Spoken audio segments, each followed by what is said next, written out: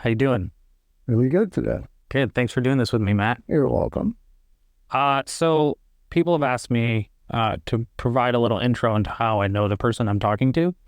And so I met Matt about a year ago through his son, Nate. And Nate has a couple kids. I have a couple kids. And so Nate loves basketball. My boys love basketball. And then Nate's like, oh, I actually have this guy that I know. I've seen my dad who really likes basketball. And so that's how I met Matt, and we've talked off and on for the past year, and gotten a lot of insight out of him. And so I asked him to do a podcast with me to talk about his life and then some personal philosophies he's picked up along the way. Sound good? Sure. All right. So Matt, tell us how old you are, what's your name, and where you're originally born. Matthew Sabin, born 9/14/56, which makes me 67. And I was born, I'm a local kid, Seattle, born in Seattle, lived here my whole life. Okay. So let's talk about Matt 0 to 10.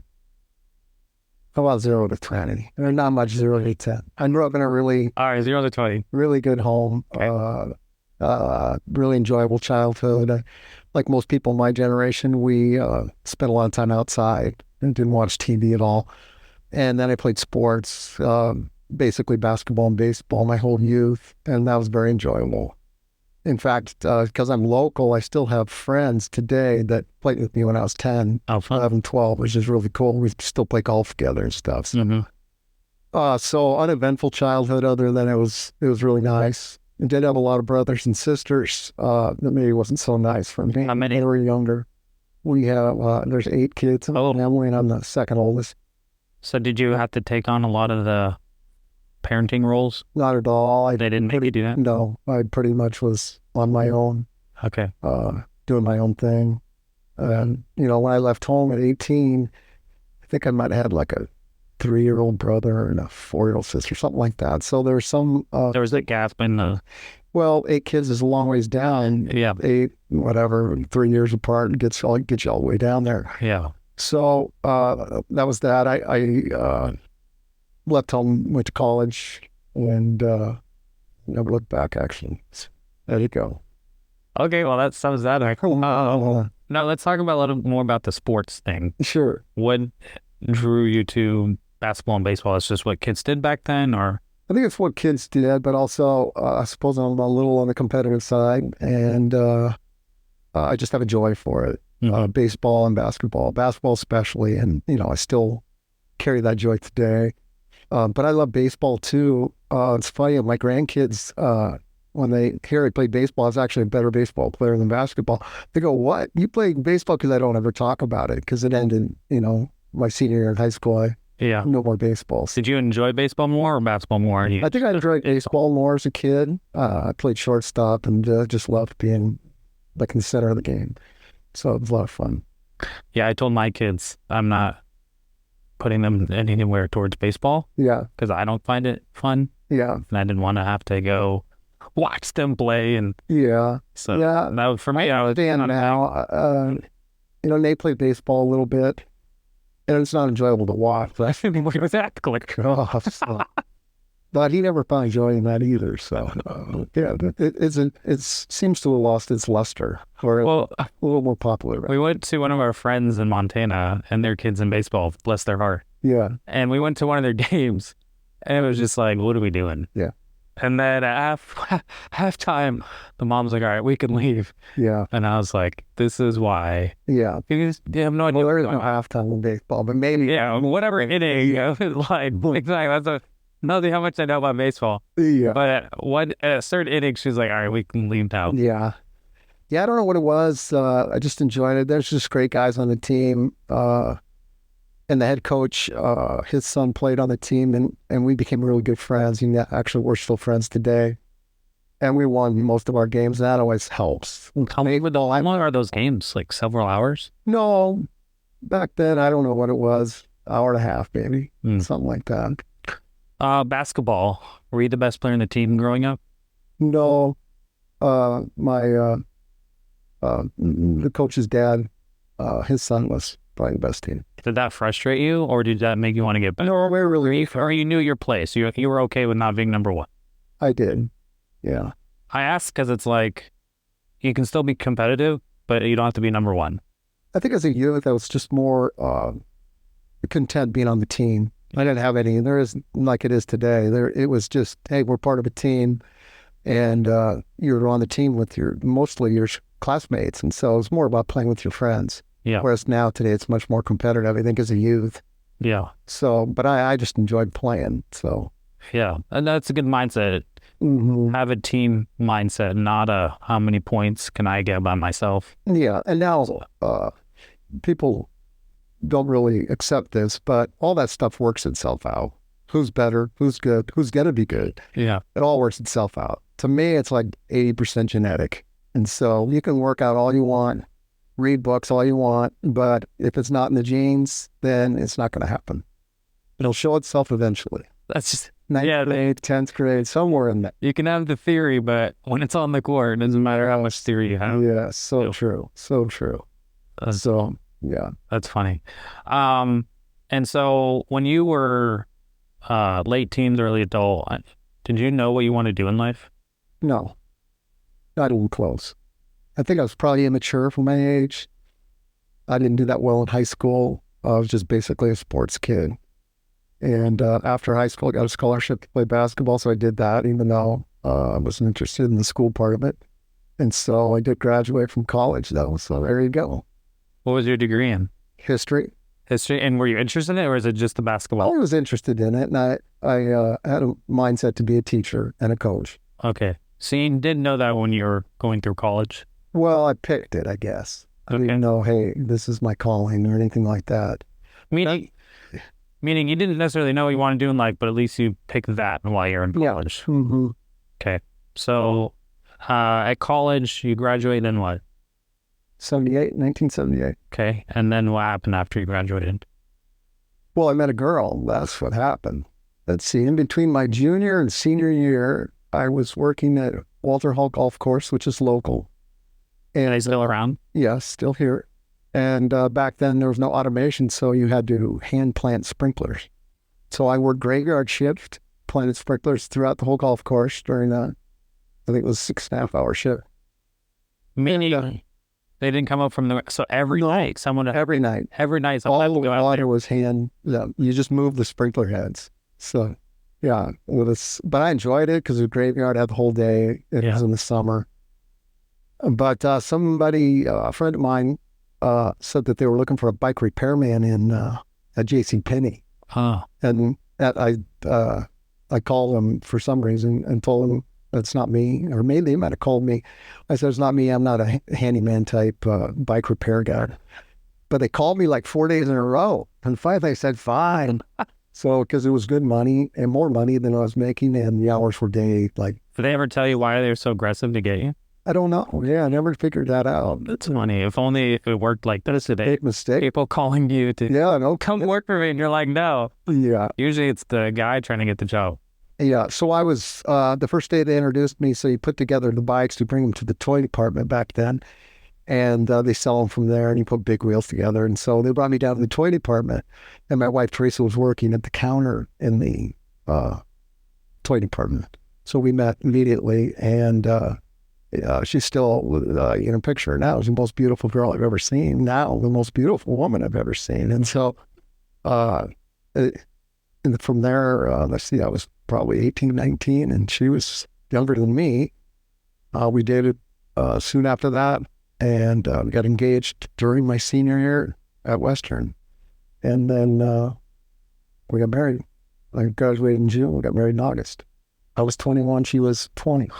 No, okay, yeah, that's pretty young in today's world. Yeah. So, let me just say something about her. So there's this. I'm a Christian guy, and there's this movie series called The Chosen. Have you seen that? So there's this part where Peter's wife, they call her Eden. I don't think it's mentioned in the Bible, but they created this character named Eden, and we were watching it not too long ago, and she looks just like my wife did. And she has this heart that just like my wife does. It's this soft heart that the Bible talks about, the heart of a child, and this ability to love. You could see it through that. Jesus comes up to her and says, I see you.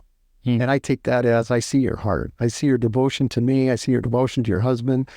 And so that will stick with me forever because that's how I see my wife. And that's who she is. And then to see her look at Jesus with this love in her eyes, I've seen that look towards me, which is just an amazing thing. So she is an incredible woman and has been from the get-go. We've been married 45 years now. So yeah, I talk to so many people now, so it's hard to remember. But I was talking to someone, was it today? Yeah, it was today. There's a guy at the gym. He's 83. I don't know how old his wife was, but they've been married for 60 plus years. oh my. And so she goes to the gym with him. Mm-hmm. She kind of follows him around while he does his workout. Right. And I asked him why do you still do this? And he's like, you got to fight every day. He has like cancer on his forehead. Oh my. And just for him, I come in because I'm fighting every day. Yeah. To survive. That's good. I think so. The length of marriage to me, not that big a deal. Yeah. It's how we're doing now. Yeah. You know, those were 45 years. Yeah, I couldn't even tell you a whole lot about them because as you get older, you forget. But we try to, keep it together and keep moving forward. Yeah. Even now. So there's a lot of people married 45 years, 50 years. They don't like each other, nor do they have any. Yeah, I can see in their interaction they still have that like connection. Yeah. The way she looks at him and he talks about her, they still have that loving connection. Yeah, that's a beautiful thing. And you don't. Yeah, it's hard. Generally, most people that age aren't going to the gym. Yeah. So it would be, they still love each other and have a loving interaction. So true. Yeah, that's fun to see. So bike repair guy, I'm assuming you didn't think you'd be doing that when you were 12 years old. No. That wasn't terrible. That wasn't a dream of yours, but hey, you found yourself in a position where you did that. It's funny. I learned a lesson from that. So I would do my work, get my bikes done. Then I would go to like the supervisor and say, hey, I got nothing to do. And so for the first couple of days, he would say, okay, well, I can have you full towels here or do something different here. And then after like 3-4 days, I come to him, I have nothing to do. I finished all my work. He goes, you know what? I don't care what you do, but I don't want to see you. Your hours are 8 to 5. You can do whatever you want to do, but I don't want to see you again. And then it got to me this point where it doesn't really matter. Like working for wages is kind of a goofy thing because you just try to cut corners. So I planted a seed for me to, the harder I work, the more money I would make. Therefore, become self-employed, which didn't happen too much further past that. Yeah. I mean, what I tell young people now, it's sometimes that first job you just got to go do. Yeah. Because you learn a lot in that doing. Yeah. You're not necessarily, may not be your calling. Mm-hmm. It may not be your passion, but you're going to learn a thing or two, and then you can take that as motivation for one thing or the other. Yeah, maturity is a big factor. I mean, I was 20 years old or whatever, and so it takes a little while to mature to figure out certain things in life, and I was definitely probably behind the curve maturity-wise. So why do you say that, though? I don't know. That's just how I feel like I was. I know when we got married, 21 and 20, we were both basically, and we realized just a couple of kids, and we grew up together. Yeah. So our bond is really comes from growing up together in our 20s and becoming, somewhere along the line we became adults in there. So yeah, I don't know what age that was. Yeah, that's interesting. So how long did you do that for? The bike repair job. Yeah. Well, that was it. That was like the last half of summer. Oh, so that was a very short-lived career. Yeah, I was just to be there. Okay. Then after the next year, I graduated from college and went to work for a finance company. I did want to be a teacher, and I got a teacher's degree, but there was no jobs there. It was 1978. I think there was like one on Walla Walla or something, and I wasn't going there, so I just went into the workforce, and was in banking, basically management for 5-6 years before I started my own business. Did you enjoy that, or was it just you got to pay the bills? I was like a caged animal. Oh my gosh, people used to see me staring out the window. They say, what are you doing? I said, I'm trying to figure out a way to get out of here. And so eventually I did. So yeah. Well, I mean, that's a powerful lesson for young people today is even if you don't know your calling in life, it doesn't mean you pause your life. Yeah, for sure. And I think too many people, they want to know the calling or they want to know whatever they're supposed to do.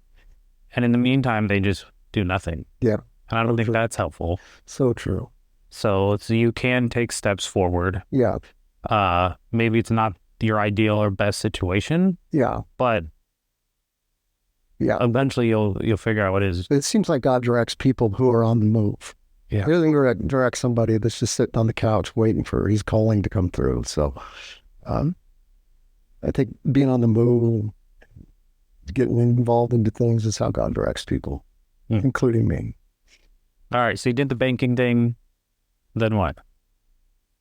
Well, I mean, you're forgetting. I mean, in the midst, those were my 20s. We had 3 children, which, you know, that's a pretty big deal for us. So, which one's your favorite? Which was your favorite son? I bring them up because they are so special. They are, to me, they're extraordinary people. A lot of it has to do with their mom. I get it. But so Sarah is now. How old were you? Do you remember how old you were when you had your first? Yeah, I was like 24. Do you remember? I remember the first time I brought my kid home. I'm curious if you remember that first experience you had. Of course, it's petrified. I can still remember Teresa telling me she was pregnant for the first couple kids, and I said, "Don't tell anybody for a week. I need to come to terms with this." Because as a man, you know, you worry about how am I going to support this, and that was a big thing for me. And so, again, in my youth, it was probably a struggle, but I believe in getting married young. I believe in having kids young, and so you do kind of grow up with your kids. And you both learn together, and I think that's what happened for us. Yeah, people always ask, when's the best time to have a child? I think I know your answer, but what would you say? I think you should be married for a year or two and then go for it. The sooner the better. Though I tell people you're never ready. Well, that part is probably accurate. Yeah. But if you're going to have kids, the sooner the better, in my mind. You're not going to reach a level where, hey, I got it down now. Yeah, you never have enough money, you never have enough resources, you're never going to figure out the father. It's so true. And then you get to my age, and really, that's all that matters. It's the people. It's the wife, the kids, and now for us, it's the grandkids. So yeah, the rest of it, you know, we're talking about work and stuff like that. It means nothing to me. Yeah, nothing. I mean, so it's just means. Why do people spend so much time and energy on it? I don't get it.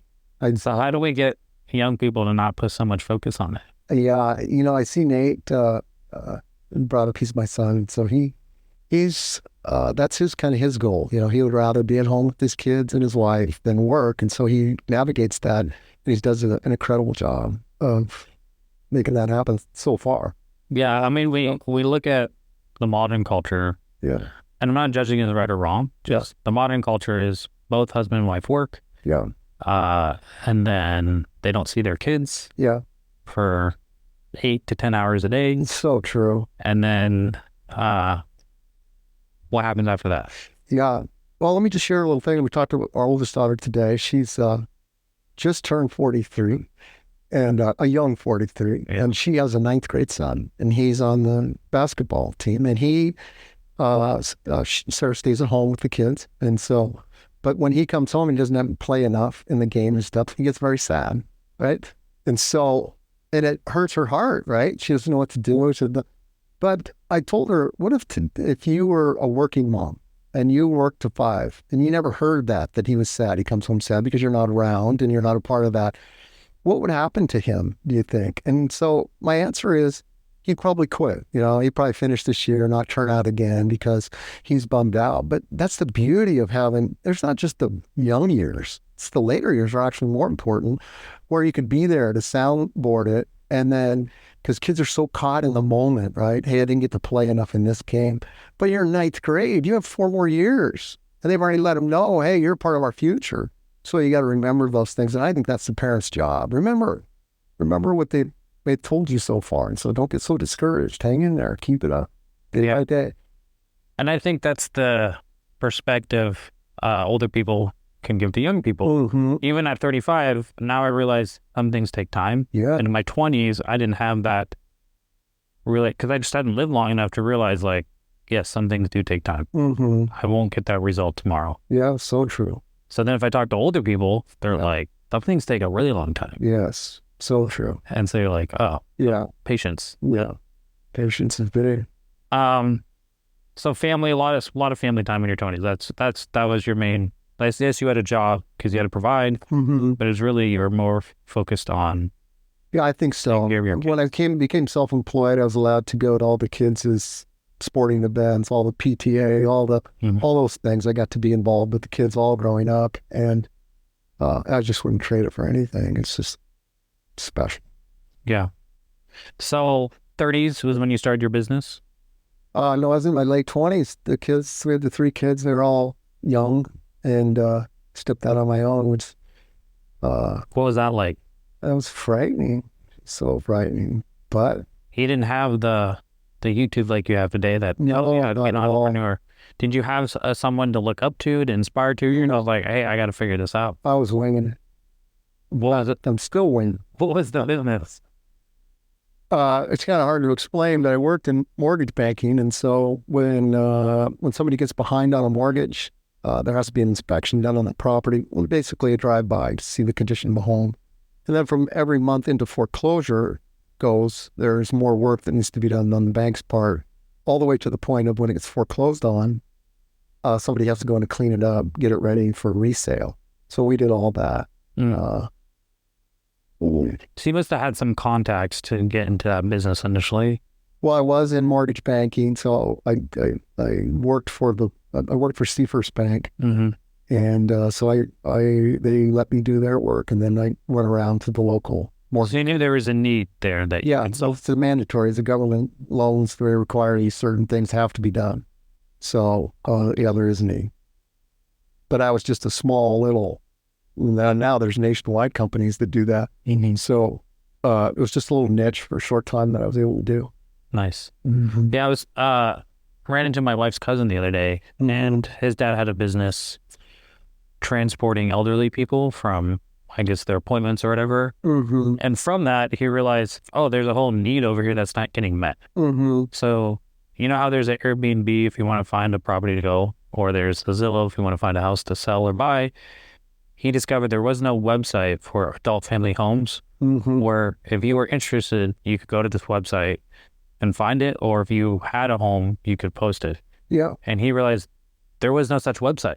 Mm-hmm. But the only reason he knew that was because he was someone in that industry. Sure. And then he started that business last year, which Yeah. seems to be doing really well. I would assume there would have been one already at this point. Yeah. Well, good for him. And so that's cool. It's like sometimes a life lesson I learned from you is go do a job. In that job, you may actually learn about a problem that you wouldn't have known otherwise. Mm-hmm. True. And then that's, okay, let me go start a business that can help solve that problem. Mm-hmm. Didn't know all the answers, Mm-hmm. but you at least knew there was a problem that you could go solve. Mm-hmm. So Possibly. true. Definitely risky, Yeah. but you did it. Yeah. I can still remember the first lock I changed on a house. It took me 2.5 hours to change a lock on the front door, whereas now, everybody asks me to do it because I can do it in less than a minute. And so it's just interesting how you start out. I had no training to do any of that. But at least you had the desire. Yeah. So you didn't have, like, a lot of times we have that, someone that can take you under their wing and show you. Sure. But you didn't have any of that. Well, I had a motivation, had 3 kids at home. Yeah. Yeah. But you didn't have YouTube, No. and you didn't have an apprenticeship. You were apprenticing yourself. Yeah, and my dad was a pharmacist, so he was more of he wasn't mechanical or handyman type either. Mm. So, and it's funny, I've done it my whole life, and I still don't consider myself a handyman. So, but it's still doing. So what jobs, you can do a full remodel now? Yeah, You can do all that stuff, and it was all self-taught. yeah, yeah. And I've gotten pretty good at, I enjoy painting because I'm much more patient now. But other than that, I don't do any of the work now.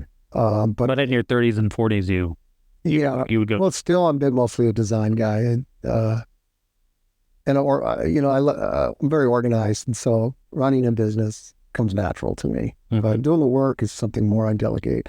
Yeah, especially at this point. Yeah, But early on in stage, did you do the work, or did you try to find workers? I did the work. Okay. Yeah, and I spent too much time working. If I look back, it was, yeah, I wished I wouldn't work so much.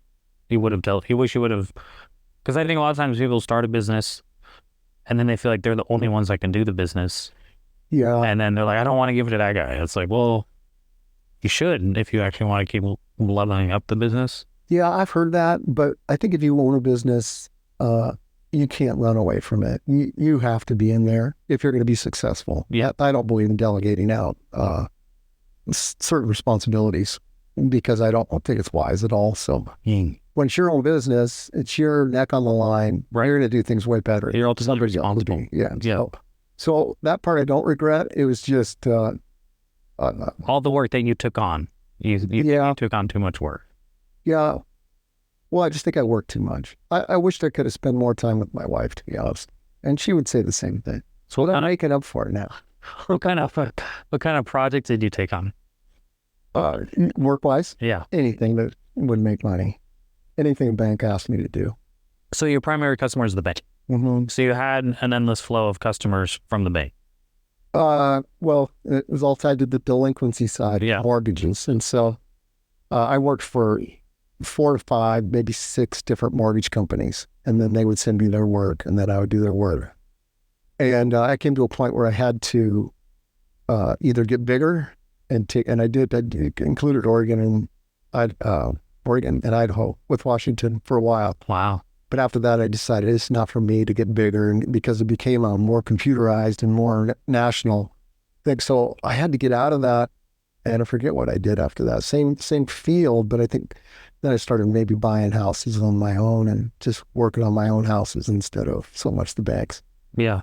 You made that switch from servicing real estate to owning real estate. And that's when you got true wealth, because if you own the asset. Well, I don't consider myself wealthy, but to me, it's all just a game. Just a number. Yeah. It's, but I enjoy it. Yeah. Mm-hmm. Our game of life. The game of life. That's the name of the podcast. Yes. Oh, it is. Oh, there we go. You got the right guy. Well, there's a guy I like listening to, Alex Hormozy. Okay. And his podcast is called The Game, but he's like, look, we're all given chips. We play. And at the end of the life, you give the chips back. Yeah. So have fun while you're doing it. Yeah. Don't get so caught up in stress. Like, yeah. Again, his perspective on death is a little different, but he understands, like, whether I become a millionaire, a billionaire, a trillionaire, at the end of the day, when you die, all the chips go back. For sure. And then you have to navigate inheritance and things like that. And I was never given a penny. So that's a really awkward thing. And so we're working through that. Just so you kids. I'll give it to the favorite. So that's funny.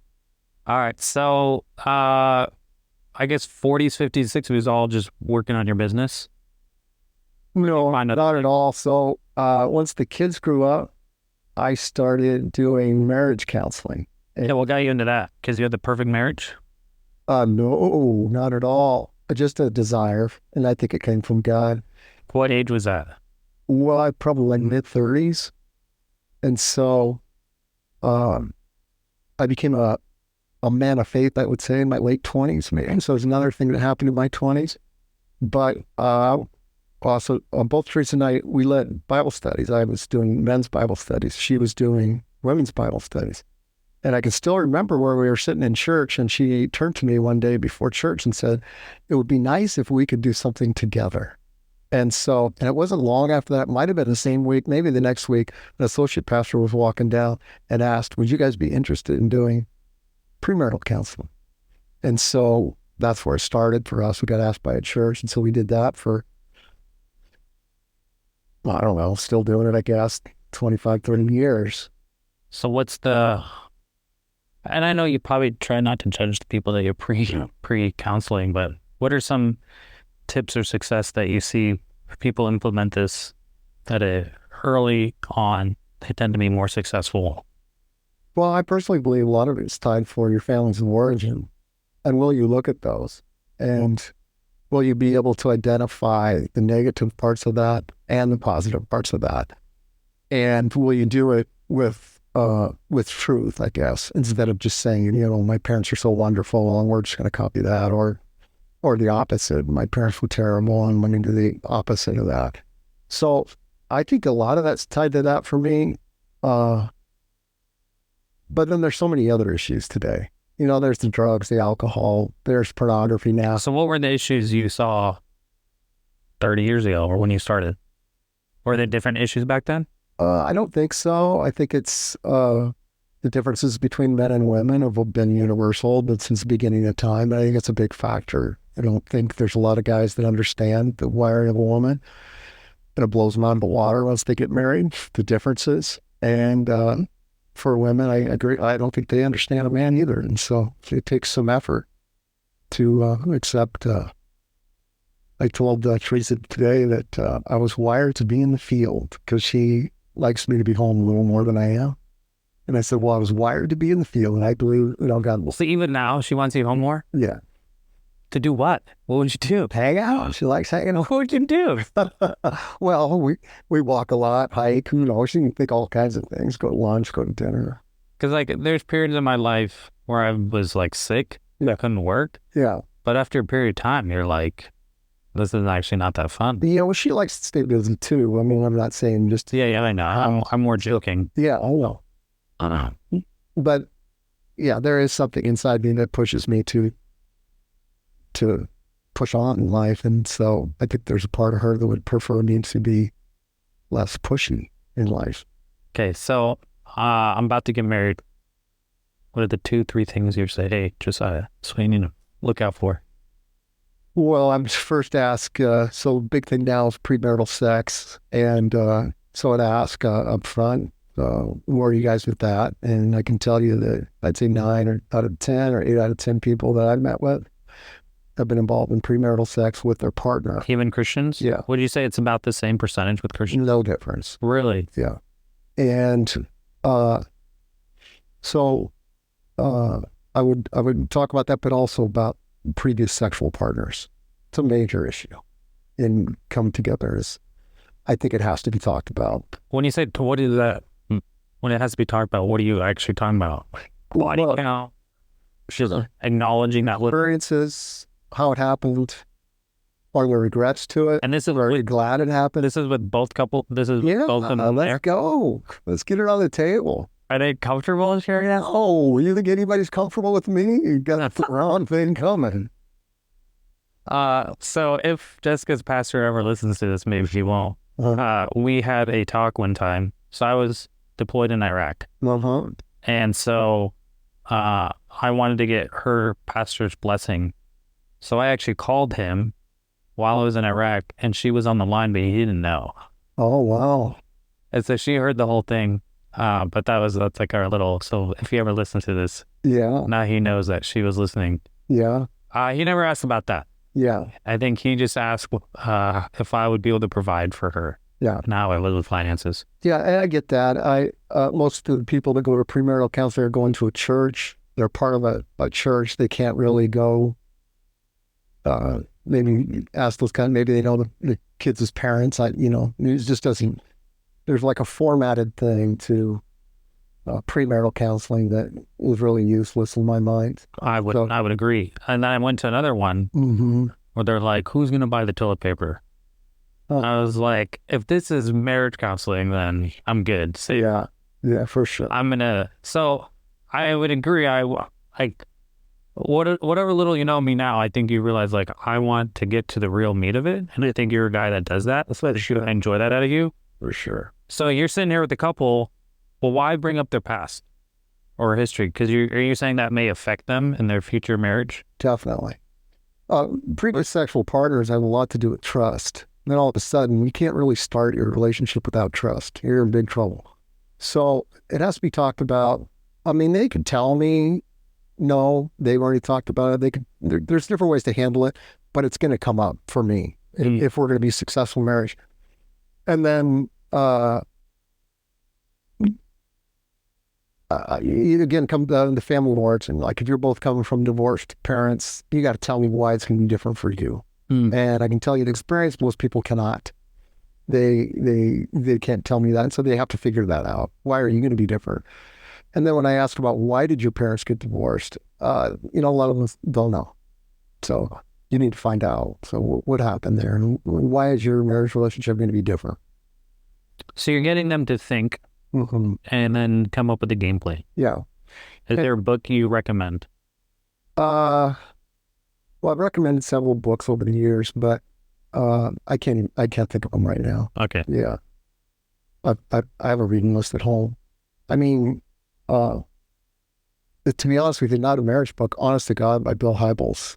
You know, coming clean with your partner and coming clean with God is a good way to start a marriage. Yeah. Because a lot of people that sit with me, they got some stuff that they aren't coming clean with, and I can see right through it. And so it's my job to see if I can get them to share that ace in the hole they're hiding from their spouse. And so Yeah. it's can be very uncomfortable. Yeah. But I'm sure how often would you meet with that couple? I tell them, this wasn't always like this, but I tell them now I'll meet with you as long as you want me to, which could be 3 months, 6 months. I'll meet with anybody for as long as they need. If someone was to ask you, and again, every relationship is nuanced, but just general tips for success. How long should you date? Short period you should know that person. How long you should be engaged. Or, I mean, I've heard stories, especially older people, very short time. Like this one couple I know, they knew each other for 2 weeks. Yeah. Got married, and then they went in ministry together. Now they're in their late 70s. I don't know if I would recommend that in today's world, to only know that person for a short period of time. Unless you both have a very strong calling, because they had a very strong calling. Well, I think any two people can make it marriage. If you were to choose. Okay. And so I'm all good with a short engagement. I'm all good with knowing each other short term. Just be aware of it, right? Hey, I didn't know that about you. Therefore, be patient as you work together in these things. In fact, it's better. I think the least you know each other, better. Yeah, I think modern wisdom now is live with each other, get to know each other, make sure. But me would counter that and say, maybe that's not a mistake. Yeah, huge mistake. Why is that a mistake? Well, God calls us to be married, and the living together is just it's a fake example of marriage. People that have lived together, then they get married, then they come and talk to me. They'll say things like, well, we lived together for 4 years, and then when we got married, everything changed. Well, why? It's just a piece of paper, but it's different because it's a covenant now. It's a covenant with God. And so it does change, and the mindsets change. All of a sudden, the guy, I'm married now, and then he starts to flash back what his dad was like as a husband. And same for the new wife. So yes, you're a lot more than a piece of paper. Yes, it is. It makes you think about things differently. And so I recommend marriage, especially if I find out, you're already having sex. Why don't we get married? That's what I'll tell them. Let's push it up. So, but I can get a lot of opposition, but I'm all right with it. Yeah, you're okay with conflict. A lot of people love conflict. Yeah, because through conflict, you can have resolution. Yeah. Which then leads to. Yeah, so true. All right, so. That's why I'm a basketball referee. I enjoy that. Yeah. Well, I'm trying to tell my kids, they complain about the fouls or they complain about a player, and I'm like, that's basketball. Yeah. Like, don't come to me complaining about this kid did that unless he did something extremely just non-basketball. Don't come to me and complain to me. Like, you signed up to play this game. Yeah. It's going to get physical. And so I think finally my older son's realizing, like, okay, Dad, yeah, I'm not going to come complain to you. Because it's like, what does that accomplish, right? If you're the best player on the team, right? Yeah, I don't think I would agree with that. I think basketball referees, I think the Boys Club does a big injustice by using kid referees. I think it damages the game. The ones you trade. That's exactly right. You trade them. They should not be doing it. Really? Yeah, because there's no fair to the game. I believe in honoring the game itself. And so when you have refs not calling what should be called, it's dishonoring to me. And I'm not happy with it. But I understand the financial parts of it. I understand everything else. So I think, as you talk to the boys about it, acknowledge, hey, there's some terrible calls going on out there. Yeah. But at this stage, in this part of our life, we have to deal with it. Yeah. For me, it's more like you can sit there and complain. I'm trying to get them to get out of the mindset of acknowledging that it happens. But if you want to get back, just keep playing. Yeah. Right? Go get a shot. Yeah. You can sit there and cry, well, poor me, or you can be like, I'm going to get better. Yeah. And make sure whatever he does won't affect my game. Yeah. Not that it won't happen, because it will. Yeah. Well, I mean, there's injustices. You know, if one of your boys goes up for a shot and somebody hits him in the arm, the ref doesn't call it. He should be upset, right? Yeah. And not as I would be. Well, should he flop? They're all about flopping now. He flopped on Saturday, to sell the call. Yeah. I was like, did you need to? Because I was like, if you were playing on asphalt, would you have slid across the floor 5? Yeah. Do you are you aware? And you need to tell them. Yes. Flopping is a technical. Yes. Yeah. Yeah. And so. But they're trying to sell the call. Yeah. So it's like, oh my goodness, NBA ruined this. They watch too much NBA. They do. So. All right. So premarital counseling, pretty important.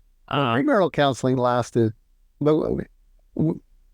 I still do it, but it was from premarital counseling. They ended up doing counseling because those people would come back to us. Yeah. And so really it was more counseling than it was. And some people get upset when I say counseling, but you can call it mentoring. You could call it all kinds of things. But all I know is when they come, they're not for mentoring. They're coming because they got issues. Yeah. So it's counseling. And I'm not a licensed counselor by any means. So you've never been licensed? No. And so it's just basically based on experience. So been doing that now for, that'd be almost like 30 some years or something. I kind of like the fact that you haven't been licensed because I've been thinking about this thought recently. Mm-hmm. I like learning a lot in the health field and that kind of stuff. And what's interesting as a doctor or someone that's in that field, there is a standard of care that you have to provide. Mm-hmm. So if you're a professional in that, then you have to follow that standard of care, sure, whether you agree to it or not. Yeah. And so I was like, well, if I really am interested in this stuff, it's almost better that I don't, because then I don't have to, like, if I ever want to get into the phase where I start helping people and teaching people, you actually don't want to become a professional in any of those, because now you are held to whatever it's very true standard of care you provide. So I'm sure that's similar to if you went officially and became a licensed practitioner. I'm a licensed life coach. Okay. And then that was just to get people to come see me, because life coach is more about healthy people coming. How can we get better? When you became a life coach, do you think you had figured out life at that point? Well, I don't think I've ever figured. I get that. I still got. I get that. Oh, meaning I'm still working it. Meaning, so how old were you when you got your life coach? I don't know. Mid-30s, 40s? No. It was life coach wasn't even around back then. It was more 50s. 50s. But I would say at that point, like you felt fairly confident in yourself, or you may know a thing or two that a lot of other people don't. Yeah, I think it was more of it was a shortcut to get some sort of a license. So do what I do, where I could tell people, hey, I am a licensed life coach. It doesn't come into play at all most places. Yeah. But that's basically all it was for. But it's also, I'm in my mind, the way to stay young is to challenge yourself. And so that was a challenge that I decided to take on. And so, and then I continually look for challenges too. So you're a modern day influencer without being an influencer. I don't know about that. I hate the term influencer. Yeah. Because it's usually 18 to 22-year-olds that don't know anything about anything. Yeah. And that you're influencing people. Yeah. I just, if I could help somebody, that's all I care about. Right. And then whoever that happens to be, whoever walks in the door, whoever it is, wherever it is, that is, I guess, my mission now. Beginning with my own kids. Right. And down to the grandkids and that out to whoever. Yeah. That's what helps me get up in the morning. Like, who am I going to cross paths? Was that always part of you, or as I think so. I think once I became a man of faith, God set it on my heart, be the best husband or father I could be. But after that, it's about, I'm working. Yeah, it sounds like you were never money driven. No. I was never like, I want to go become a gazillionaire. No, not at all. But I want to go help a lot of people. You know what? You know who Gary Vee is? Yeah. So he says, obviously worth a lot of money. His thing is, I know I've done well in life, depending on how many people come to my funeral. Yeah. And I won't even be alive. Yeah. To be there. Yeah, I've heard that. I'm not into that one either. I just assume they not come and work at their own lives. Don't even mess with coming to my... So no celebration of life for you? No. All right. Absolutely not. I'll note that. It doesn't matter, because everything that happens on earth to me, I don't need to be celebrated in this life. I'm headed to heaven, a different life, and there's only one person there that I'm interested in. I think for people that are close to you, it provides closure. That's why they do it. Yeah, I suppose. Now I've heard that one before. And so my plan would be to be so old that no one cares about you. Yeah, and nobody would want. Well, you got a couple years to go. My mission is to see all my grandkids get married. So that's gonna and be of sane mind, not just not just show up. Yeah. So that could be whatever, 25 years. Interesting. So your goals in life do change as you get older. Definitely. And I add so that I can have something to shoot for. What are things that you may have worried about when you're younger that you worry about less or don't? It's not even a concern anymore for you. Oh, I think the financial, no doubt. When you have kids in the home, it's just such a big factor. Especially, Teresa, my wife stayed home with the kids. Yeah, it was kind of all on me. And so. But you should worry about that, right? Yeah. Yeah. It's a worthwhile. It's a calling right there. Yeah. Take care of your family. Yes. So what do you say to the guy that's like, it's a Christian that's like, hey, I'm out there working a lot so I can provide. Should I feel bad that I'm not doing more than that? Well, it depends on the circumstance. You mean do more like get a second job type? Get a second job or just like, hey, I'm barely scraping by. Yeah, I would say get a second job. Yeah, definitely. Get out there. Yeah. Or find another job that's paying you more possibly, or yes. Hey, your goal, it is basically, it's a worthwhile goal to provide for your family. Definitely. Because I think sometimes people will say, but, what about, if that takes up all my time, how do I get time to do other stuff? Well, that will come. Yeah. I mean, I was gone a lot, raised the kids, and then you get more free time then. If you've got kids at the home, you gotta stay in there and fight it through to the end. Yeah. That's a big thing. What other hobbies did you do? I'm a golfer. I enjoy golf. Coaching though, right? That's been a big thing for you? Coaching has been a big thing. Yeah, I mean, it's more than a hobby, I guess. It's more than a hobby. I coached all three of the kids, so for a long time. And now I coach the grandkids and have coached kids. So, and you, did you keep playing basketball in your 20s, and then as soon as you have kids, you just got into coaching? Yeah, well, I played the City League basketball after college, all the way into my mid-50s. And so... Was that your way to stay fit? No. What's been your fitness regimen throughout the decades? I think it's been transformed. I guess I've always been super active, almost to the point of hyper. And so I play a lot of racquetball, basketball, would play sports instead of being in the gym and being on a treadmill or something like. It doesn't appeal to me. I've never been a good weightlifter, although I wished I was, and maybe I will be. Can I tell you a secret to that? Yeah. It doesn't require skill to lift weights. Yeah, I understood. I just don't. You don't have to like sports, you actually have to be good at. Yeah. Weightlifting, you just have to do. And I get not everyone finds the joy out of it. Yeah. But I tell people it's not hard. I'll do it. Every time I walk in the wire, the boys club somewhere, and I see the weight room, I just kind of put a blinder up. So you've never been into weightlifting? No, but I grew up when weightlifting. I was a basketball player. You weren't supposed to lift weights back then to play basketball. In fact, it was really looked down upon. So I never grew up with it. And so it's just really about, I know people my age, it's important. And so I'd like to. So I plan on lifting weights. So when are you going to do that? You want to work out together? Real soon. You want to be my partner? Sure. Partner in crime? We'll get you bulging bicep? Yeah. I have to get one of my right shoulder fixed first. And so. All right. So you haven't really big into lifting, just playing sports was your form of exercise. Yeah. The cardio part of, I'd play basketball to the point of exhaustion, and same with racquetball. And I find, find beauty in that, I guess. I want to go back to marriage because I'm married. Yeah. Couple's been married a couple of years now. What are some of those initial problems you start seeing? Or is it just, it's such a wide variety of problems that it's hard to find a pattern? Well, I think it's pretty common. I mean, most men are accused of being insensitive, and most women would be accused of being a nag or overly emotional. It's universal. Every couple I've met with, it's the same. And so it really ties to, so we have taught the Love and Respect Marriage series. Every couple should go through it, but not just go through it. You got to really live through it.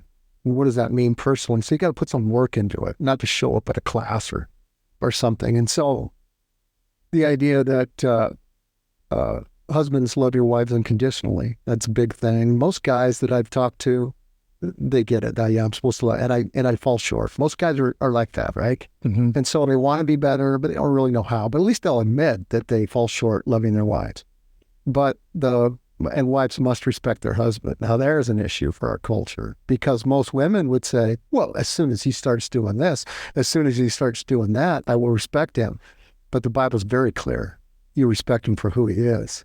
And that's how a man moves forward in life, by getting his wife's respect, irregardless of his performance, financially, in the workforce, relationally. I respect him for who he is. And so it's a major issue in every relationship that I've seen. And so even as couples get older in their marriage and in their years, it's still an issue because it's something you have to continually work on. Definitely. Because the more you're married, the less respectful things maybe the husband might do.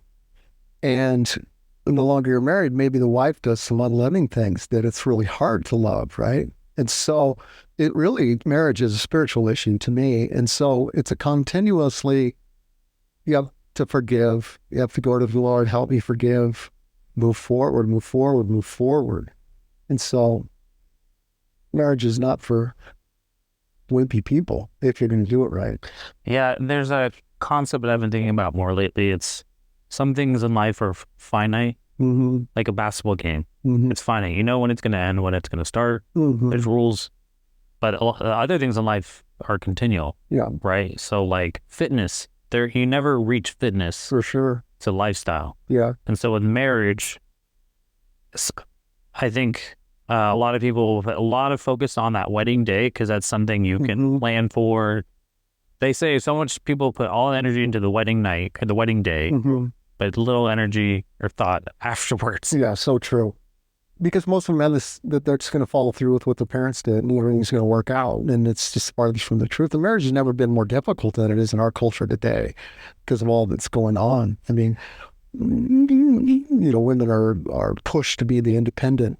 And so you get to this point where you don't really need a man. Why would I need him? And so there's a concept in there. Again, to me, it's a spiritual issue. And why are you here? Is this all about you? And or are you here because God decided to put you together and build your character through the opposite sex? And so I think that's what people need to come to terms with. It's a character building. Marriage is a character builder. And so it's the ultimate character builder. And so, marriage is a lifetime. But, I think about now, I've been married 45 years. When it's all said and done for me and I go to heaven and I'm talking to Jesus about my life, and it's not going to be any judgment in that. I get that. It'll be fun. But what's he going to ask me about? He's going to ask me about that lady he gave me for 50, 60 years, right? And so I got to be able to have something to say. I can be an answer him. I just don't want to throw my hands in the air and act like some fool. Yeah. So there's going to require some effort. Yeah, and I think that's just, it's hard for people to realize it's a continual process. So I think that's good you have to be deliberate on a regular basis. Yeah. I think it's helpful to have rules of engagement. Yeah. Deliberate in the fact that there's somebody watching. I mean, as a man of faith, Jesus is involved in this scenario here between man and woman. And so you just can't stiff arm your partner and think that that's okay. It's a spiritual exercise. You have to move towards each other. As hard as it can be sometimes, still got to move towards each other. So yes, it is a lifetime process and deal with different things as you go. You start getting to our age, a lot of people have, like you said, the health things come into play, and there's a lot of different variables. People change, and so you got to be ready. So I think about this. Right now we're in the kid stage. We enjoy it. We love it. And then I think about, well, what's going to happen when they're gone because they take up so much of my life. And I absolutely love it. So when your kids were all out, what was that like for you? Was that emotionally hard to be like? It was very difficult. Yeah. I think it was probably the hardest part of our marriage when, like, the youngest Nate moved out, and we tell the story of how we have a place in Eastern Washington and go vacation, and the kids used to take them over all the time. We went by ourselves for the first time, come up the pass and started going down the pass towards Leavenworth, and we both just sort of burst out crying because it was our first time without him, and so.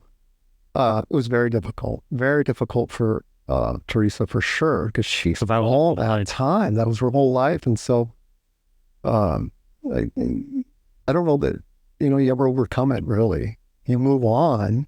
The last thing I want to do is be a burden to my kids, like, tell me what's going on in your life and what's going on with your kids. They don't want to do that.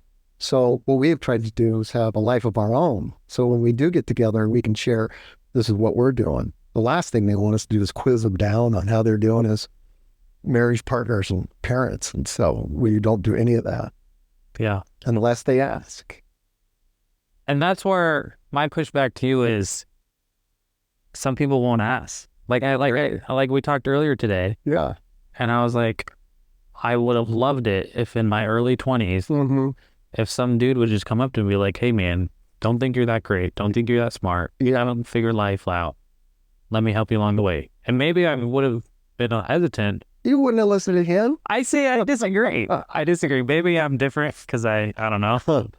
Well, I think, like, in dealing with my kids, if they ask, which they do, they know that I'm going to just tell them what's on my heart about that issue. But I don't follow up and say, are you doing what I told you to do? Just like that. No, They take that and then they just... Yeah, and Nate's told me some of the conversations you guys have had. For sure, it's a beautiful thing. He lives his own life. He makes his own decisions, but he might ask me a thing or two. I told my kids the relationship you have with Nate is not normal. No, it's not. I would say it's a great relationship, but it's not typical. Yeah, I agree. The loving... I agree. Bond you guys have, which is really good. We have a good connection, but we also have good boundaries. He knows I won't interfere, and I won't. But in case Nate ever listens, what if you saw him doing something you know was detrimental? Wouldn't you want to step in? No. Why not, though? He's almost 40 years old, and I can tell you this: I have complete trust in him. It's not you don't have trust; it's just a matter of like. No. I have complete trust that he will figure it out. But don't you want to speed up that process? No, absolutely not. See, same with the girls. Let me just say this. They are both parents of 4 kids themselves. I have more trust in those 2 young ladies than probably anybody that I know.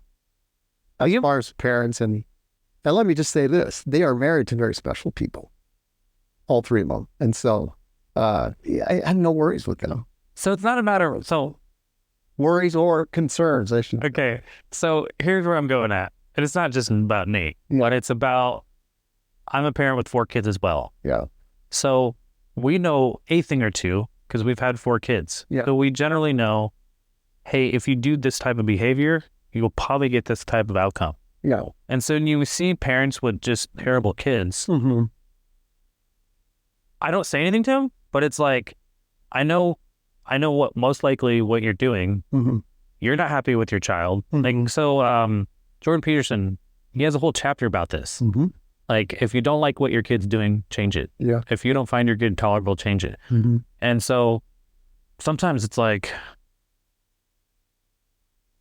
someone should help them intervene and be like, hey, you're going down this path, probably not the best path. You're talking to the kid or the parent? The parent, not the kid. The kid's the result of the parent. Yeah. But sometimes you see someone you're just like, oh. But for you, you're just like, hey, it doesn't work. They'll figure it out. But you can befriend them. Right. I've befriended many people that, the result of, but, let's just talk about that for a second. So you got the parent with the bad kid. Yes. And where do you think the kid learned the bad behavior? From the parent. Okay. And so the parent would have to come to terms with, let's just say the parents, like your age, 35. They've been doing it for 15 years or whatever it is back when they started having kids. Are they really at a point in their life where they'd be willing to say, I've screwed it up for 15 years? They aren't. So my pushback to you is I would. You might, but I can am I not normal? You're not normal. Okay. And it's the same thing about people in the faith. So my big thing now is adults with adult children, basically in my position. And there is a lot of dysfunction in those relationships. In fact, there's a lot of non-speaking in those relationships, right? And a lot of it's tied to people my age not accepting, like you were just saying, if Nate's doing something wrong, well, I should correct him. No, It's not about. you never want to talk to me again. See, I wouldn't say correct. We all know that it's a marathon, right? I just trust Nate; he'll figure it out. And same with my other kids. Now there are people out there I don't trust will figure it out, but they're not my responsibility. So you don't feel the need to, not need, but No, unless that person. But a lot of people don't know to ask for help. I agree. So that's when I'm saying, hey, if you're in the season of life where you can make a difference, I think that person, and maybe I'm optimistic that people are willing to get feedback. Okay, well, see, You're pretty optimistic that people will figure it out. yeah. Well, no. There's 3 people left. Okay. Right, 3 kids. Okay. I got no hope after that. And so, but I would say there's steps before that. So let's just say, I coach a basketball team. So Okay. let me just say that if one of the kids is misbehaving and I see it's the parent's issue, well, if I befriend the kid and then befriend the parent, maybe they get to a point where they say, I don't know what to do with this kid. He's just like that. Well, then that's a green light for me. Okay. So you want to I'm not going to walk around and say, hey, dude. Sometimes I feel like people need that in their life. Cause they like, hey, so I was hanging on the sauna the other day, with a couple dudes, and the one guy, he actually went, it's funny because he actually went to the Pursuit Church. Mm-hmm. But anyways, he's like, oh yeah, it was a Friday. Mm-hmm. He's like, yeah, my wife's having a C-section on Monday. I said, congrats, first kid. Mm-hmm. So then I was like, so do you know what you're going to do with the kid? No. Mm-hmm. I was like, you're having a baby in 2 days Mm-hmm. and you have no game plan. Mm-hmm. No. I was like, well, I'm not telling you what to do, but I would recommend you have some kind of game plan. Mm-hmm. So I told him about the book Baby Wise, Mm-hmm. which gives you a game plan. It's not the only game plan, but at least gives you an idea of like how to think through stuff. Mm-hmm. So I saw him later after the baby was born, and he's like, we absolutely loved the book. It was great. And so he didn't ask for that, but I offered it to him. Mm-hmm. I'm not telling people you have to. I'm just saying, hey, here is an option. Maybe he was just more open to getting feedback from me because we had already maybe built some rapport. Mm-hmm. But if I had not said, here's Baby Wise, Mm-hmm. they would have had a different trajectory of, I think that first few months for them could have been a little rougher because Baby Wise literally is like day 0, Mm-hmm. here's what you do, day 1, Mm-hmm. and it helped them. Mm-hmm. So I think sometimes people want guidance. They just don't know. They're too afraid to ask. They don't know who to ask. Mm-hmm. And so people like you, maybe Yeah. me, can do it in a loving way. I think so. Here's my thing. And I've talked about this before in other podcasts. You know how some people have to hit rock bottom to change, Mm-hmm. right? My question to people is, how do you speed up that process Mm-hmm. of rock bottom? Most people say you can't. They just have to. Mhm. But then my pushback is, well, why do we go learn? Why do I go learn? Why do I learn about something? Mm-hmm.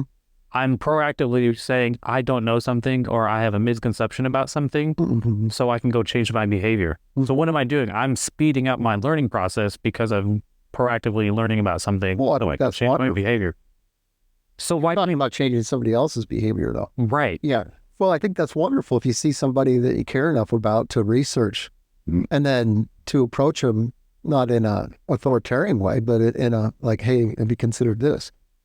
But again, I would say that's the chances of that are slim, but still it's a worthwhile endeavor. Anytime you try to help somebody, it's worthwhile. Right. And maybe it's not that person you end up helping. Maybe it's somebody else down the line. And so I'm all into Yeah. whatever it takes to help you. You're just saying in reality, generally if you go to someone, they're not going to take that advice. Well, no, not at all. Most of there's so much pride. And I shouldn't say this, but I will say this. Inside the church, I'd say Christians are worse than the outside the church. Whereas outside the church is much more willing to go, hey, I'm helpless, I got nothing. Whereas inside the church, people are embarrassed because they think they should have it figured out, and they don't, so they're going to be less likely to. Yeah, on my way here, I was talking to my friend in the car, and I was saying, I remember why I stopped talking to Christians, because talking to them can be really frustrating, because it's always veiled with, it's vague, it's just like they just put the blame on someone else, usually God. It's a bunch of image-based stuff. Yeah. Where non-Christians, I'm the wonderful one, and then everybody else is. With non-Christians, they just say it how it is. Yeah. And in the sauna, I have really good conversations with people. They're not putting the blame on anyone else. They're just like, this is how it is. It's so true. And then we can go from there. And so the church scenario, which I've been in for 40 years or whatever, it's the people that do come to terms with, I need help. They will ask for help. And so that's why you come to terms with, sure, there are the random situations where you come across where you offer something. And yeah, it can work. I mean, I'm open to anything that will help somebody. But I'm just saying, in my experience, it's very difficult to go confront somebody and have it work. So being in the life coach space, have you ever looked into Tony Robbins stuff? A little bit, a little too, what would I say? It's just too positive based thinking, can cure everything type thing for me. Not true. Yeah, I don't believe in the positive thinking mantra. I believe in truth and accurate. Interesting. I've been listening to him. He's been pushing like I was talking to one person about it. He was older and he's like, he's still around.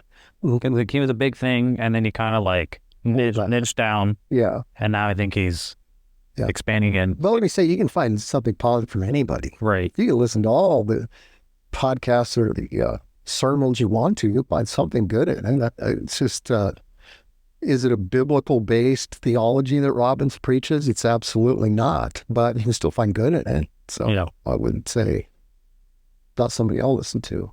Interesting. So who do you listen to? Who inspires you? Who gets you to think critically about your own thoughts or your own ideas about something?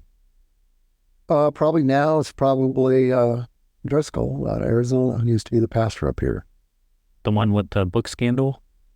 Is that what he has? I don't know. I didn't buy any of his scandal talk about him. Supposedly he was using church funds to promote his book. I don't believe it. And that, you can follow the legal. No. Why did he stop his? I mean, we don't have to go into that rabbit trail, but yeah, I just don't. I just think he's an so you really like him? Yeah, I think he's an honorable man. I think what happened up here, if he was sitting here, he could explain it to you probably, where you'd go, my bad, I'm sorry I said that about you. I haven't said anything about it. I just know that he shut down his ministry and left. Yeah, well, he got so much negativity. And then, I don't know for this podcast, but when you're working for the Lord on earth, you have an opposition, and there's some satanic influences against him. And I believe there's some of that happened for him. So you like Driscoll? Interesting. Yeah. Anyone else you like? I like truth speakers, the Jordan Petersons, the Driscolls, the guys that will speak the truth without any reservations. It's what the world needs now. Yeah. So you kind of talked about it earlier, but now that you're late 60s, what motivates you now to do what you do to get up? What does your future look like? I search for things to get motivated. I brought up I'd like to see my grandkids married.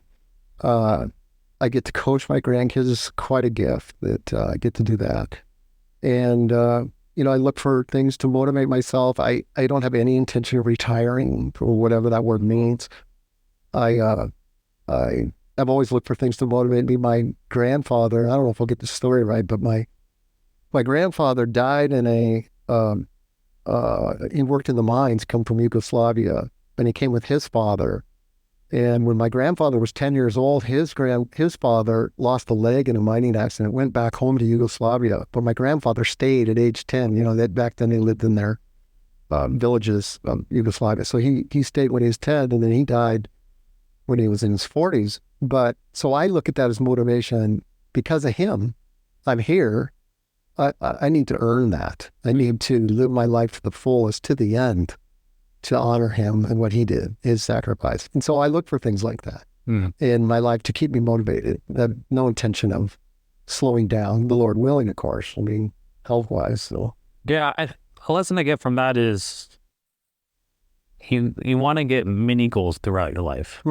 If you just have the one goal, that's great, but then you kind of have little things to keep you. Yeah, I think so. And I think I live in expectation of, I love, one of the people love being a Christian, you just don't know what God might do. You know, he could turn around the whole culture. Maybe I'm around for that, and maybe not doesn't, and maybe the culture continues its rapid slide, and I get to see it.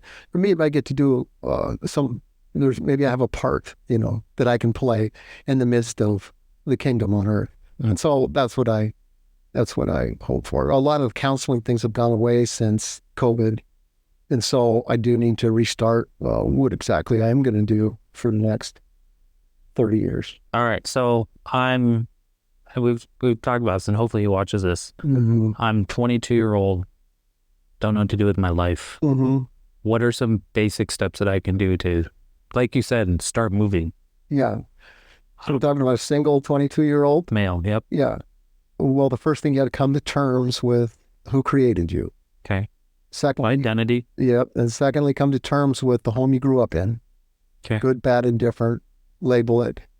And third, take a step forward. Evaluate yourself to what am I good at? So how does someone find purpose in life? How do you find what you're supposed to do in life? Well, I still haven't found it. Okay. And so we just got... It's a never-ending search? For sure. And so you got to move. You got to go.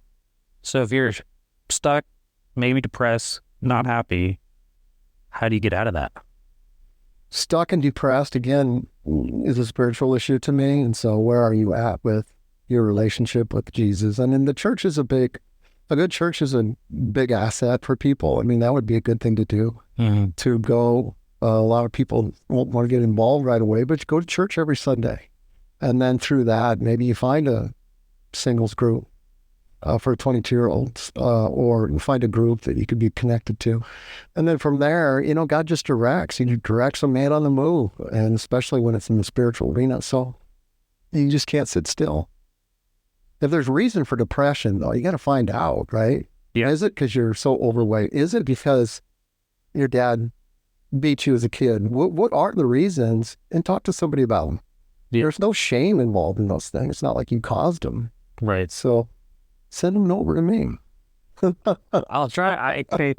I invited him to come stay here for a little bit. Yeah, did you? I did. Yeah. So, I know he's working a construction job, actually. Yeah. He has no passion or joy for it. Yeah. I think he would agree to that. Yeah. And he's extremely intelligent, way smarter than me, and just unhappy. Yeah. So much raw potential. So much. And the way I diagnose it, again, I'm not a professional, it's we as humans we look around us. It's very easy as a kid, because as a kid, you look around you, how do I fit in?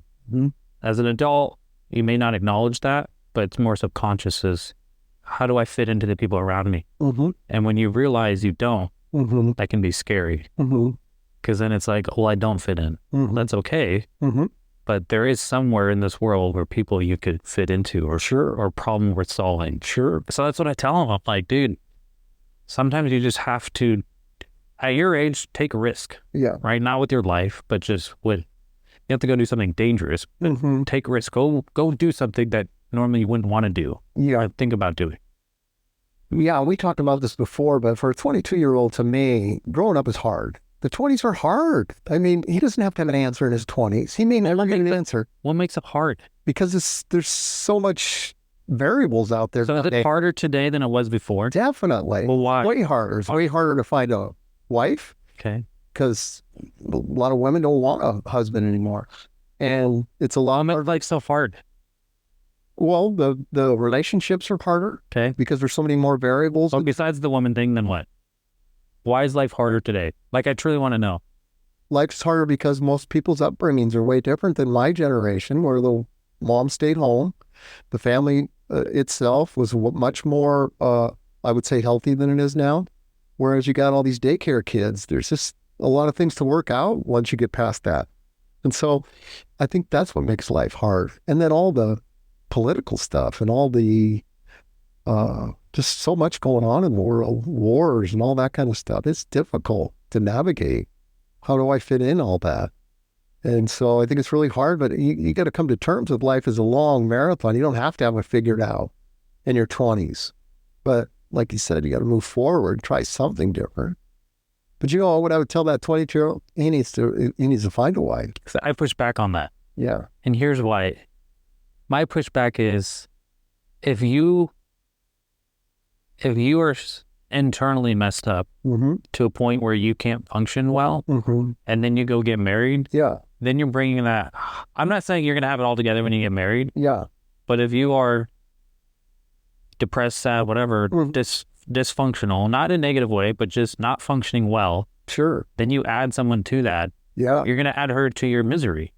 Beautiful. What? No. You fix that together. Oh. Yes. You know, the Bible verse, it's not good for man to be alone. Doesn't matter what man it is, the super put together man or the dysfunctional man, still not good for him to be alone. And here's the thing, if he meets somebody, of course he's going to tell her all these things. And so it could give him some motivation to get that fixed because he does want to spend his life with that. So there's so many steps in there. Yeah. Because we've had conversations about knowing that he's trying to figure himself out. And the last conversation we had, I was like, dude, if you get so self-focused, you'll lose yourself. Yeah. Because we're not meant to be that self-focused. Yes.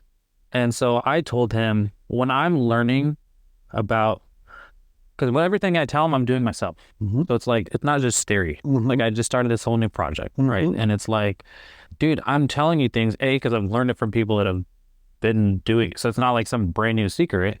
Like this, to me, the secret of life is go find someone else that's been doing it. Or the hack to life is go find someone else that you think has been doing it well, and you can start learning and copying from them. And then eventually you figure out the way you want it. That's a path, not the path. Yeah. A path is, that's kind of how life, modern civilization worked in America, apprenticeship, right? If you want to become whatever, you go learn from that person, they teach you, and you go do it yourself. We don't really have that anymore. We'll see how I would counter that with, you want to find yourself, you go find a partner. That's God's way. I mean, you can't tell me any differently. You go find a partner, and then you together navigate a path to life. Because in the end, all these little jobs that we do and the little things that we do, God thinks they're really cute. Yeah. But it's the relationships that he's all interested in. In fact, when you interact with your wife, and I interact with my wife, I think he steps in a little bit to listen and see, well, what's going on here? And so, whereas these jobs we do, we talk about, I just don't think it matters to him that much. So I will admit, I've had a paradigm shift talking to you today. Oh, that's nice. And so, not that job was never my primary thing in life. This is what I tell people. I have 3 F's in my life: faith, family, fitness. It was never like, there's other things that I need to do, but those are always my 3 F's. But you've highlighted something, you've said it more and more. It's like, and I know this, but just hearing it, you talking about it, it's relationship. You keep going back to relationship. Yeah. And I say that myself. And one relationship. Yeah. I think the marriage relationship is so undervalued in our culture now. And it didn't used to be like that, but it is so. People just throw away marriages right and left, and it's just embarrassing to me. And in fact, I would say that when it's all said and done, and we talk about the will of God, right? Everybody in the faith talks about the will of God for me to do this, to do that. The fact is, if you're married, 80% of the will of God's already taken care of. It's that one person. I'm sorry. That's just the way it is. That's the way he designed it. And then you get like 10% for your kids, and then maybe you get 10% for your cute little work you decide to do. That's how I see life. Yeah. No, that's been a paradigm shift you've done today. I feel like I was just counseling. How much do I owe you? Well, I don't really interested in charging people. So you do it all for free? No, not all. Oh, okay. But if I'm referred by somebody, it's free. It's just the way it is. And so, I mean, I understand the young people, the financial concerns. As last thing I want to be is burden on them. yeah. I mean, I think at this point in your life and career, you're financially taken care of for the most part, I'm assuming. Sure. And so you don't have to go be, you could go do things for profit if you wanted to, Yeah. but you choose, hey, this is a version, this is how I can give back to Yes, for sure. society. Oh, I'm not saying I'm done though. Continuing to do this way, I might change things for something different too. In fact, I need to. I mean, since COVID, I just everything is kind of, people aren't willing to meet much anymore. People have gotten really standoffish now, and maybe they're coming back, but so it's a different world. And so, how will I navigate that? I'm not so sure, but I need to figure it out. Yeah. How can I get more involved in people's lives? I think you should. Yeah. I know you don't listen to Tony Robbins much, but I've listened to him more lately. And he's like, 60 to 80 is your time to start. You should always be giving back. Yeah. But 60 to 80 is when you should become a nonprofit, essentially. Yeah. Is give back. Give back. Yeah. Again, you should always be doing your whole life. But that's the season of life where you 20 to 40, you know, a lot of self-focus, a lot of growing, a lot of whatever.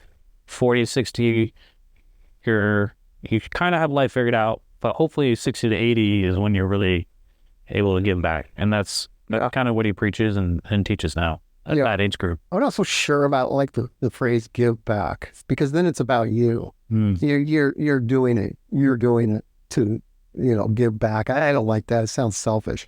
To me, it's more about what can I do to further the kingdom of God? And so then it becomes about what does he want me to do? And if anything good comes out of it in that, it's him doing it anyway. So it gets the focus off of me.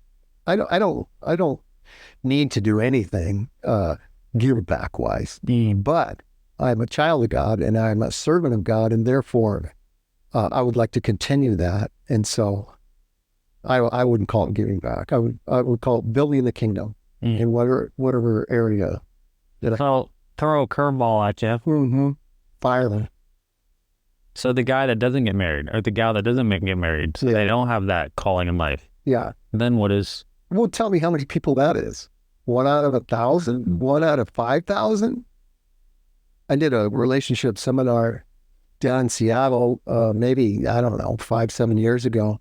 And it was a singles group. There's like 60 of them in there. And they're all sitting there. And the first thing I said to them was, I got news for you. In 5 years, 90% of you are going to be married. They just go like, what? Because they're kind of confident in their singleness, they're mid-20s. And so out of that group, we probably did the pre-marriage counseling, including marrying a couple of them for like 5 of them. So there was different, a guy here, a girl here.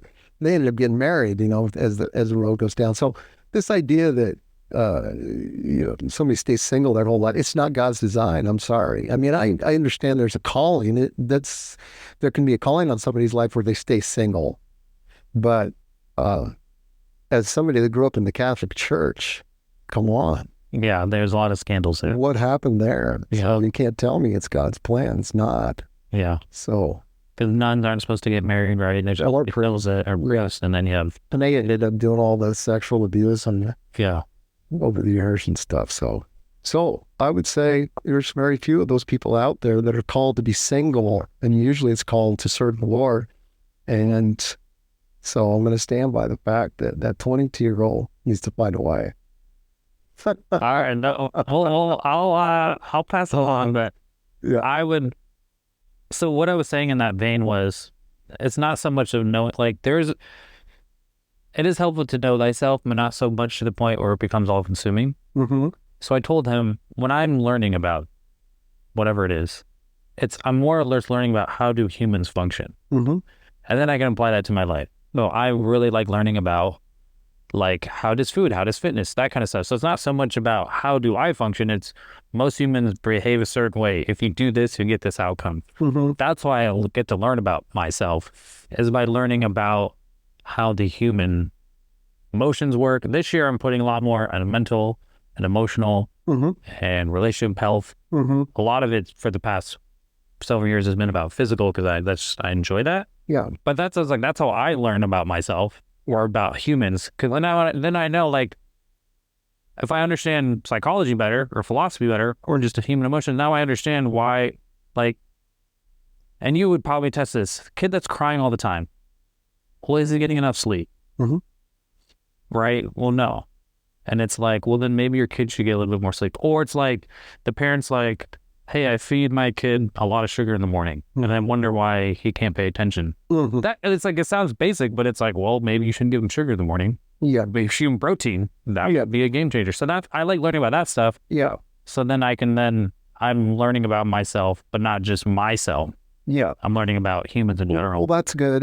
Since we're doing counseling here, I would suggest that you go put relationship at the top. And that would be with your Well, wife. that's what I'm doing this year. What could you do to be the best husband you can be? And without it being equal, you go overboard and make sure your wife loves. All right. Like God intends her to be. All right, here's the personal story. So last year, my wife was like, "What are you doing all this learning?" I was like, "Yeah." She's like, "Why don't you go learn about marriage?" So they're like, I was like, "Fair enough." So I go read a marriage book. I think I even read Love and Respect. Yeah. And then I would want to go practice it. Yeah. Right. And then she's like, "Oh, you're just doing that because you read it in a book." And I'm just like, does it matter where I learned it? Yeah. And so I like learned something the other day from Jordan Peterson Yeah. when he was like, just go talk to your wife 15 minutes a day, right? Whatever she wants to talk about, go talk to. Not that you're sitting there timing it, but it's just a deliberate action you'll do. So I did that for a while, and then I told her about it, and then she's like, "Oh, you're just doing it because you learned it from someone." And it's like, well, yeah, like that's how I function in life. Like, Yeah. oh, it doesn't matter where I learned. So it was just interesting. It's like, I agree with you. Yeah. But in reality, when I put it to practice, But that conversation could take place Yeah. and it'd be different. It can be, we're, I could definitely get better at a relationship. For well, sure. well, the ladies are wired relationally by God's design, right? And then we're not. We have no clue. And so you have to come to terms with that. And so it's okay to tell your wife, like, hey, I do not know how to be a better husband. Therefore, I'm learning.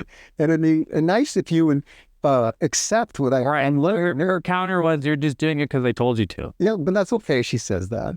Right. And so then I'm just like, well, that's not wrong. Like, Yeah. I'll go learn how to do this. Yep. So I go do it. And not just a relationship, but just anything in life. Right. Yes. I now try to take action on stuff I learn. Yeah. So today we've had a conversation about relationships, prioritize, not even priority. It is the main thing. And so I probably should bump that above other things. Beautiful. But that's where it's like, so I talk to my married friends. Most things in life for myself, if I want something, I can just go do it or get it. Right. If I want to go eat ice cream, I don't need my wife to do that. If I want to go work out, I don't need my wife to do that. If I want to go play sports, I don't need my wife to do that.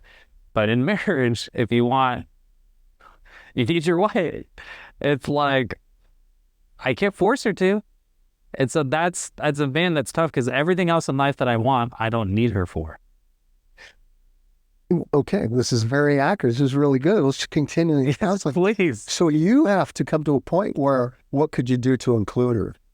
So if you're going to the gym and pumping a bunch of iron and then say, hey, you want to go with me? Of course, she's going to say no. Well, we do. We actually go to the Y in the evening. We'll see. There you go. Yeah. So you have to include her and maybe alter your game plan a little bit to include her, where you're there, but you're separate too. Yeah. So in our relationship, we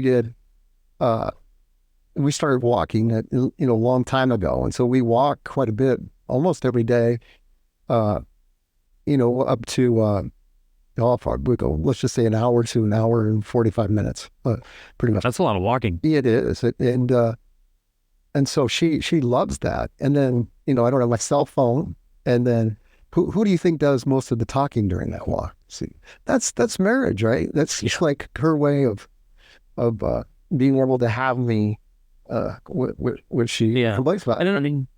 Yeah. And you know where I'm at in life. We have 4 kids. So it's like, I also feel like we put a lot of our energy into our kids, and it's easier to love your kids unconditionally than sometimes it is your spouse. For sure. And so it's like, maybe I shouldn't say this, but it's like the wife will be like,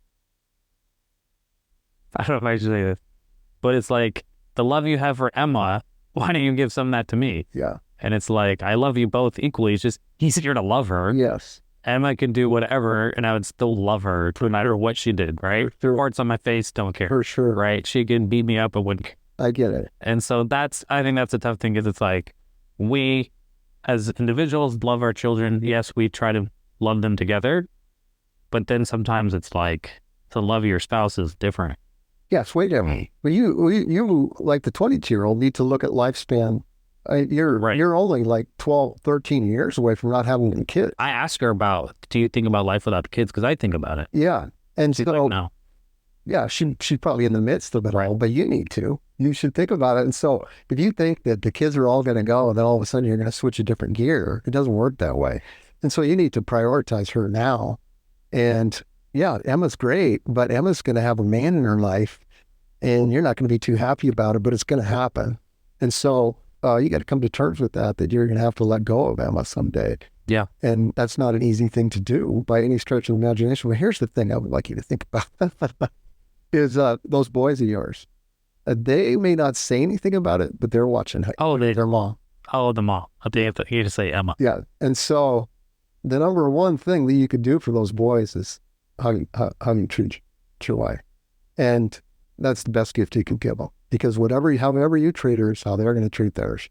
Yeah. And you do not want to go have them have marriages where they screw it all up because you screwed it up. Mm-hmm. So you got a beautiful time to make sure they know.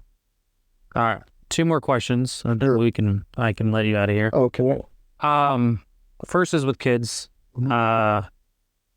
What I was doing some, I don't know where I read or heard about it, but they're talking about education. Like education in the 20s and 30s was more about character skill. Mm-hmm. Where education today, character is not even a thing. I know. They don't teach people to be what it means to be a whatever. Mm-hmm. And so my question to you is, as my kids get older, again, we're always parenting, always loving, but like, because you have both had a boy and a girl, girls, and so you've experienced both. When your kids are about to get out of the house, how do you prepare them for that so that they are successful when they get out? I don't know if I phrased that correctly, but the question I'm trying to get at is, how do I make sure they're prepared for adulthood? And I did everything I could. You can't guarantee that they'll be successful in life. And I think that's the risk of being a parent, is you can do all the 18 years, do everything you can. If you're 19, they like hate you, hate everything you taught me, I'm out. Definitely. That's always a risk. I think it's a great question. Other people have brought that up. So the leaving home experience is a major thing for everybody. In fact, in counseling, sometimes I'll have people draw a picture of their leaving home experience. And I can tell you that most of the times it's terrible. Most parents are saying things like, when you're 18, you're out of here, right? Or the kid might be saying the same thing. So my thing is, you have to make sure those kids leave the home on good terms. Now, every kid's different. So you might have a kid hang around maybe he goes to college, when he comes back and he needs to stay for a year or two. And there needs to be limits on all that kind of stuff, but you can't push every kid away and have them leave on bad terms where you're not speaking for an extended period because you were so mean kicking him out, and you're not speaking to him because he left in anger. So you got to work those things out, and it's a dance that you're going to have to do because all your kids are going to be up around that age at some point, right? Yeah, they're almost all adults, and you have to navigate how they leave home. And so I vote for a major amount of grace in allowing sin you might see to give them a pass on so that they leave home on good terms with you and your wife. Yeah, so here's where I like talking to older people. Mm-hmm. A lot of what I have to say is theory based off of other people I've listened to. When I talk to older people, it's no longer theory, it's we went and did it. Mm-hmm. This was my experience. Mm-hmm. Not to judge right or wrong, this is just my experience. Mm-hmm. So being a guy, I have a better idea of how to help my boys, right? Because I was a guy and I was a young boy at one point, so I have a better idea with that. But for Emma, it's like, hey, I'm not a girl, so I don't know how that all works. But it's like, so I think about her when she turns 18, and you kind of talked about this, where it's like, I want to make sure she loves me now, I love her now, we have a great relationship, right? But at some point, I have to prepare her that I'm no longer to be her primary person, go-to guy, right? And doing that separation, and then we kind of alluded to this earlier in culture today. It's be independent.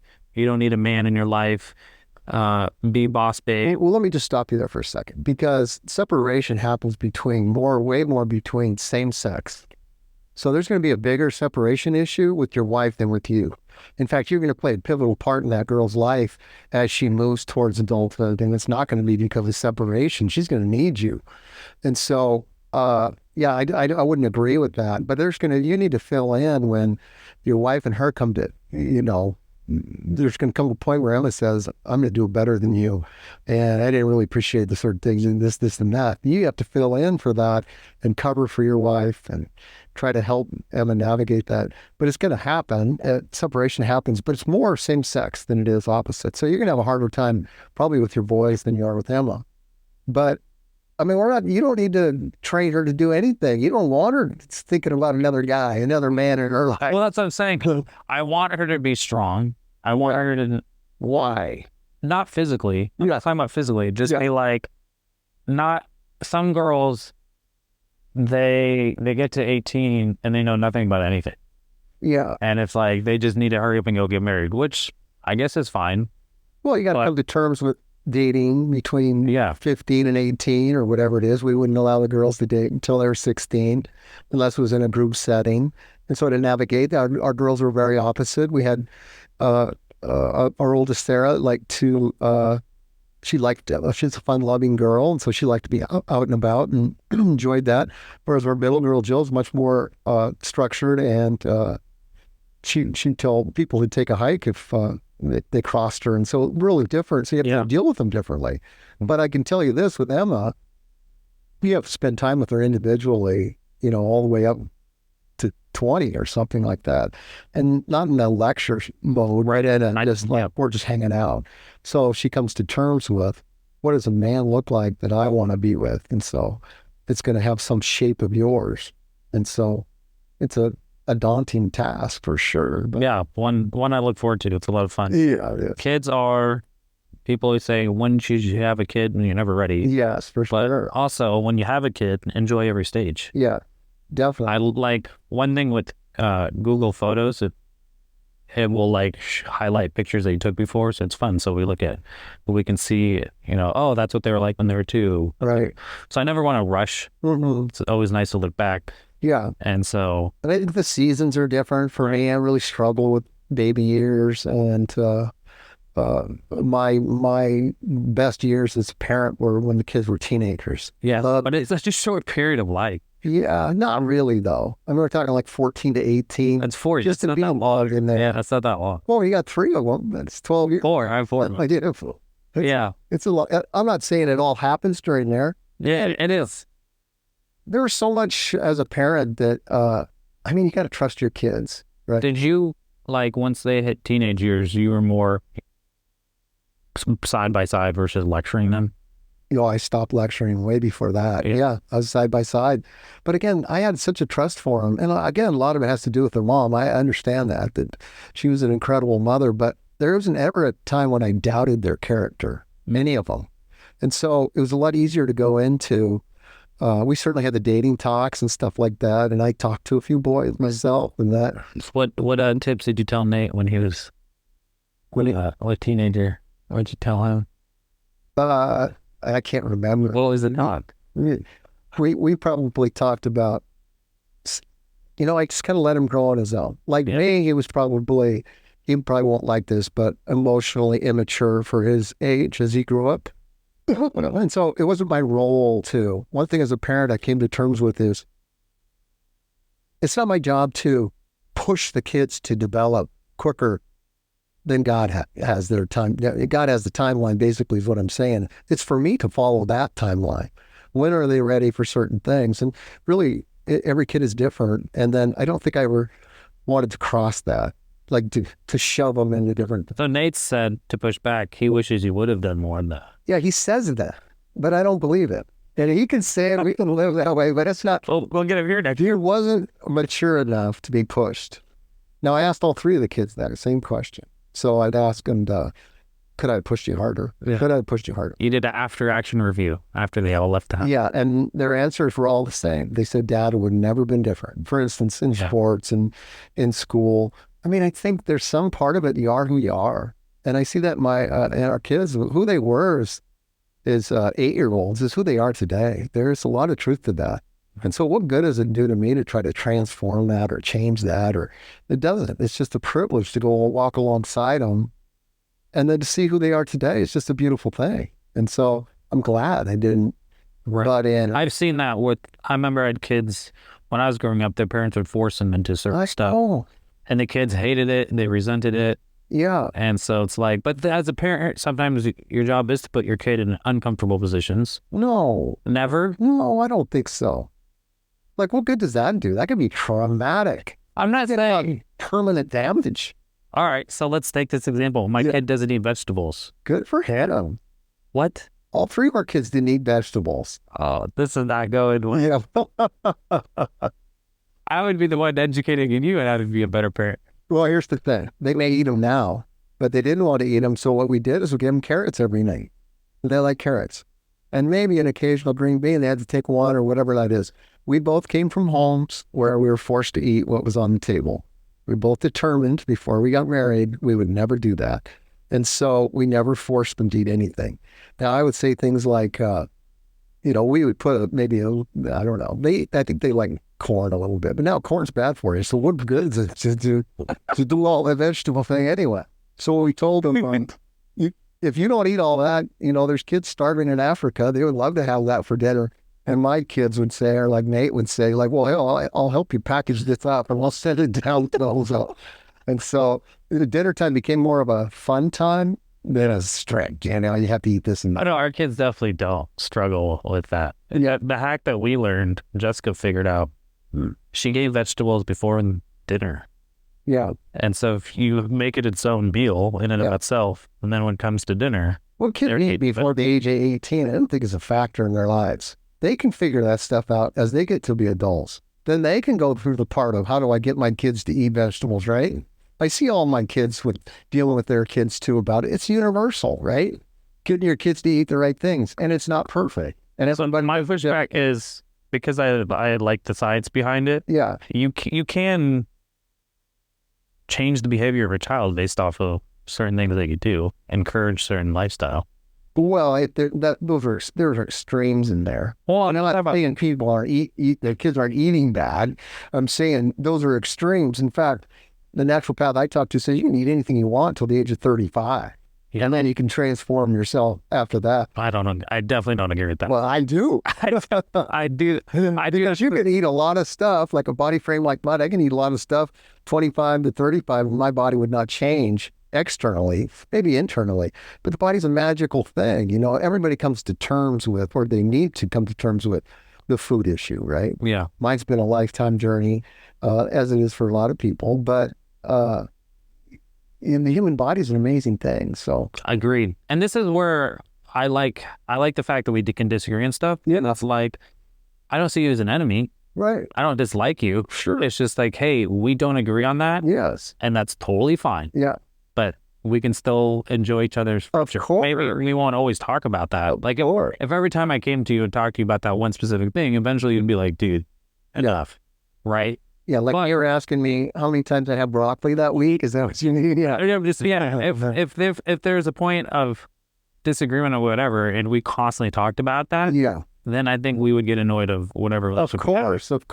But let's just bring up broccoli. Maybe there's a point in my life where I did like broccoli, and maybe I don't like it right now, but maybe I will again. So when you look into laser focusing on somebody's life right where they're at now, that has done nothing to do with the whole span of somebody's lifetime. Right. So I always give people the benefit of the doubt. That's where they are today. It's funny because you're very optimistic in something. Definitely. And other things you're like, no. And it's like, and I would like opposite be like, hey, let's look into that. Well, yes, I think I'm optimistic by nature. All right, last question. Yeah. What is the good life? How do I have the good life? The good life is based on your relationship with Jesus. That's where it starts. That's where it ends. Through that, the input of Jesus in your life, The good life comes from his input into your life and transforms onto other people, and you get to see it in action. That is the good life for me. And at my age, when I get to see from wife to kids to now 12 grandkids, it's a beautiful thing. So what if someone is non-religious? They're in trouble. Better figure it out.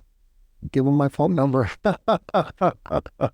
I'm not a religious man at all. So religion is what I do to impress God. Yeah. I don't have any of that in me. But they got to come to terms with Jesus is who he said he was. And they're going to have to come to terms with, they're going to have to bow their knee to him or they'll be in trouble. Yeah. All right. Thank you. Appreciate it. You're welcome. Thank you for having me. Yeah. It was fun.